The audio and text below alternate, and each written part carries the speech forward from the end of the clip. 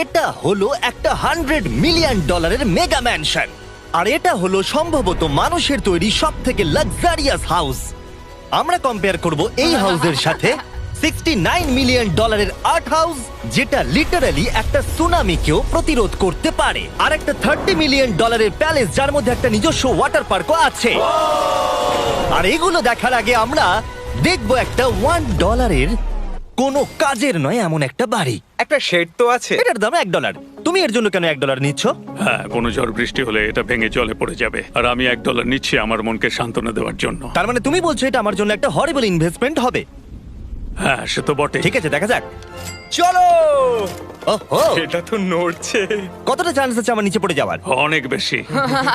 বাবারে, এগুলো তো নড়ছে। আমি খালি ভাবছি চেয়ারটা ওখানে কিভাবে ঠিক করে দাঁড়িয়ে আছে। এখানে একটা রিক্লাইনার আছে, একটা ম্যাট্রেস, আর অর্ধেক ফ্লোর। আমি বাড়ির ভেতর থেকে ফিশিংও করতে পারছি। এ দেখো, আমি একটা ধরেও ফেলেছি। এটা খুব ছোট, ক্ষমা করে দাও।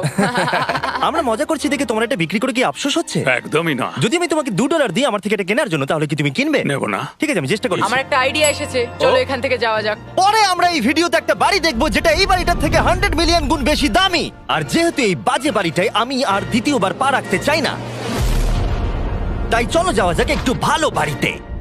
যেটার কথা বলছিলাম, আমরা এখন আছি $1 মিলিয়ন বাড়িতে। তার মানে আমাদেরকে মিলিয়নিয়ার হতে হবে এই বাড়িটা কেনবার জন্য। দেখা যাক মিলিয়নিয়াররা কিভাবে থাকে। আমি প্রথমে যেটা বলতে চাই, এটা আমার বাড়ির থেকে অনেকটাই বড়।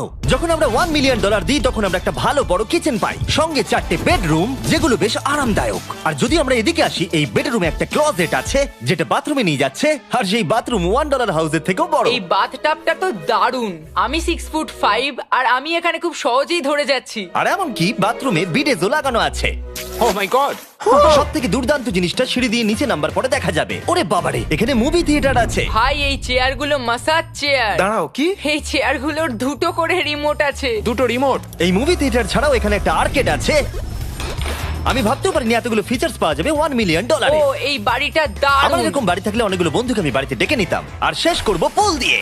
তার সঙ্গে একটা অপ্রয়োজনীয় ওয়াটারফলও রয়েছে। সব মিলিয়ে দেখতে গেলে মজা করার জন্য এটা একটা খুবই ভালো বাড়ি, কিন্তু আমাদেরকে দেখতে হবে সব থেকে দামি বাড়িগুলো। তাই জন্য এবার আমরা দেখতে চলেছি $15 মিলিয়ন হাউস। দাঁড়াও, এটা কি ঠেলতে হবে? ও মাই গড, এটা কি ভাই? আরে ভাই, এটা কি ভাই? এই বাড়িটা অনেকটা জিটিএ গেমের বাড়িটার মতো দেখতে। এই ভিউটা তো দুর্দান্ত। এই পুলটা $1 মিলিয়ন হাউসের থেকে অনেকটাই ছোট, কিন্তু এখান থেকে তোমরা একটা সুন্দর ভিউ পাবে। এই, hey! থামো থামো, ওদিকে চলো, আমার কিছু নতুন বন্ধু চাই। চলো বাড়িটা দেখা যাক। এই বাড়িটা যার, তোমাদের কি মনে হয় তার প্রফেশন কি?